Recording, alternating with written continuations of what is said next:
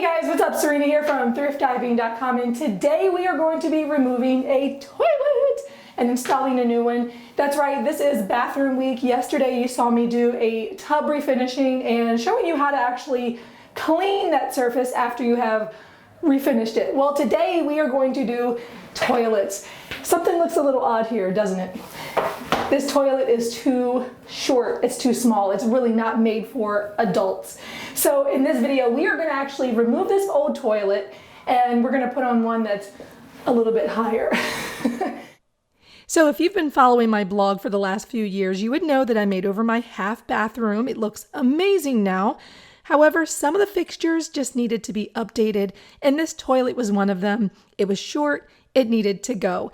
So here are some materials that you need. You definitely need a bucket, some towels, some gloves. You'll need a wrench, screwdriver, and all the materials can be found down below. You want to shut off that water at the toilet, so go ahead and turn it right, and let's get started. So when you flush your toilet, all the water should empty the bowl.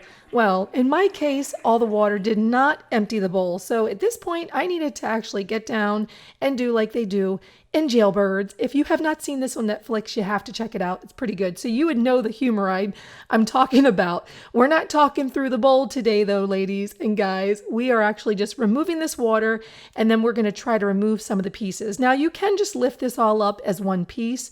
For me, I like to remove some of the pieces. It just makes the weight, especially if you're by yourself, a little bit easier. And don't forget, disconnect the water. Of course, again, turn that water off first. And then we are going to remove the caps. Now, I like to use a butter knife. I use it for a lot of things, but pop those off. I'm going to use a ratchet and socket wrench here, and I'm just going to remove those bolts and take off the washer. This is the metal washer and the rubber washer. And now we can pull this toilet up. Now, this was a small toilet, and I was able to lift it up as one piece. Plus, it was rusted over. The bolts were rusted over, so I couldn't remove the back part to remove it in two separate pieces. You want to use a large towel to just cover that sewer line because it will have gas, methane gas coming back up, and you don't want that. So I took the old bolts off, lifted it out, and took it over to the side yard and just dumped the remaining water out. That's the easiest way to do it. If you can remove the back part, go ahead and do that because it does make it easier to take it out in two pieces. So you'll see that there's some wax. If the previous installation included wax, you'll see some of the old wax there. It's really gross, but just scrape it off. And I vacuumed some of the dust that was around the flange. And then I got my steam cleaner out, which I love. Clean the wall really good. And then this was the perfect time to just use some of that steam to loosen the wallpaper. Now this paint doesn't match. I was not going to the store to get matching paint. This is behind the toilet. No one's going to see.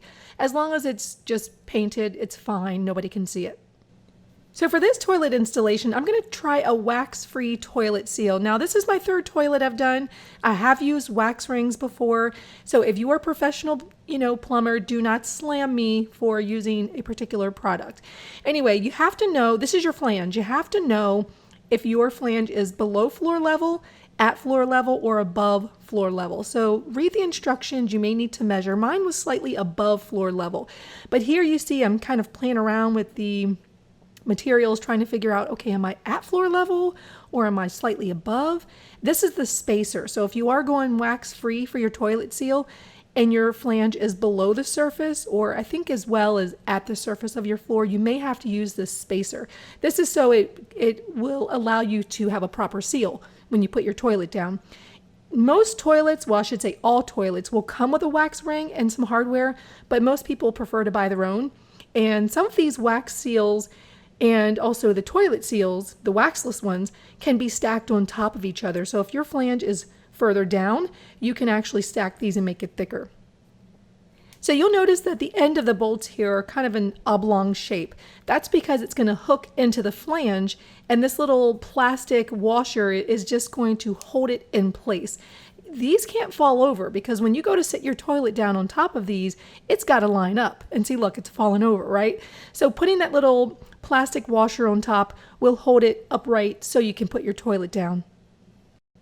So this is where things got a little interesting, and I consulted with my plumber friend, and he said, no, honey, you did this all wrong. But here's what I'm doing. Let me explain to you. So I dry fit my toilet, right? I didn't put the toilet seal down. I'm just fitting it in place. You see that it's rocking a little bit. I'm squaring it up to the wall. And once I have it in place, I'm using a little bit of painter's tape to outline the bottom. The reason I'm doing this is because I found a really helpful article, and I'll link to it down below, from familyhandyman.com that said this is how professionals do it when they're trying to caulk the toilet. So what they do is they dry fit it and then they lift it off, they turn it over, and they put some caulk on the bottom along with the toilet seal. So you'll see me putting the toilet seal here. Just, I'm not gluing that. That just goes in place. And then using a little bit of caulk. Now make sure that you're using caulk that's for kitchen and bath. Like this is white silicone. Don't use one that's for windows and doors. Use the correct caulk.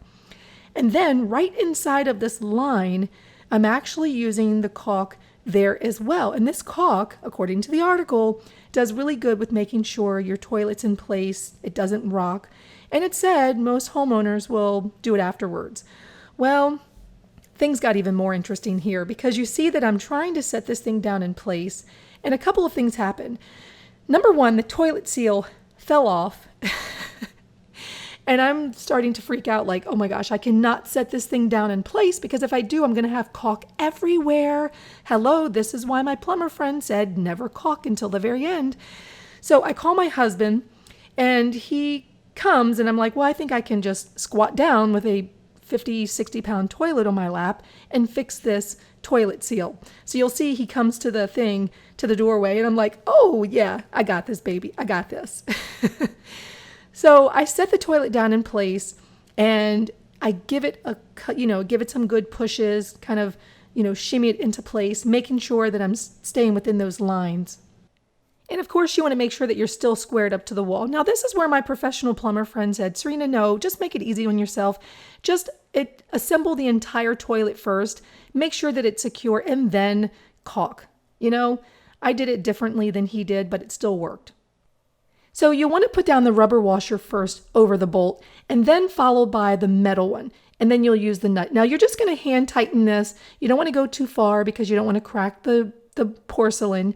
And you might notice that the bolt is a little too long. So you might just have to take a hacksaw, trim it down, and then the cover will go over it. Now, I actually almost forgot some of my washers, so don't mind me. But overall, this is a really easy process. Takes 2 minutes to cut. Okay, so moving on to the next step. So the top piece is the tank, and this is where you'll need to create a seal going from the tank to the toilet. But you'll also have these bolts that have a nut, a washer, and then a little black foam part. That's to prevent water from leaking down onto your floor. This is where I ran into a lot of problems because I didn't tighten those bolts enough. You don't want to over tighten them because it could crack your bowl. So just use a little screwdriver, get down in there and tighten it up, but make sure that you check it too, because that's where a source of leak could possibly happen. And then this happened. All right, here's what it's doing. Turning the water on. And listen. It's giving me that noise. I don't know what it is. I'm afraid to turn it up all the way. And yeah, so as I tried to turn the water back on, I just heard this. It was air in the plumbing line. So just turn it up. It'll go away in about 10 to 15 seconds. And then set your water line, making sure that you adjust that little screw there and make sure that the water doesn't come up over the overflow line. And then that's it. Check it for leaks. So here's a suggestion my friend told me as well. Put some paper towels behind the toilet, flush it a few times, and make sure that there's no drips. You will see it if it's on the paper towels. Great tip. All right, so the last thing was to just attach the toilet seat and that's it. And then it was time to look at this baby and see how tall it was. So remember, this was a 16-inch toilet, the old one. And now we've got like 2 inches, so you don't have to squat down on these old 41-year-old knees. So this is what the toilet looked like before. I mean, it was perfect for the kids, but not for me and my 200+ pound husband. And now we've got an adult-sized toilet, and I absolutely love it. And also when we have guests come over, now we don't have to be embarrassed of the toilet and have people tell us, hey, your toilet is a little small. So overall, we absolutely love it. And a big thank you to American Standard for supplying the toilet for this tutorial. Now, we still have to decide if we're going to do new faucets or if we're just going to take and rip out this entire vanity. I'm not sure, but it is bathroom week, so stick with me because we've got more bathroom projects. I'll see you at thriftiving.com.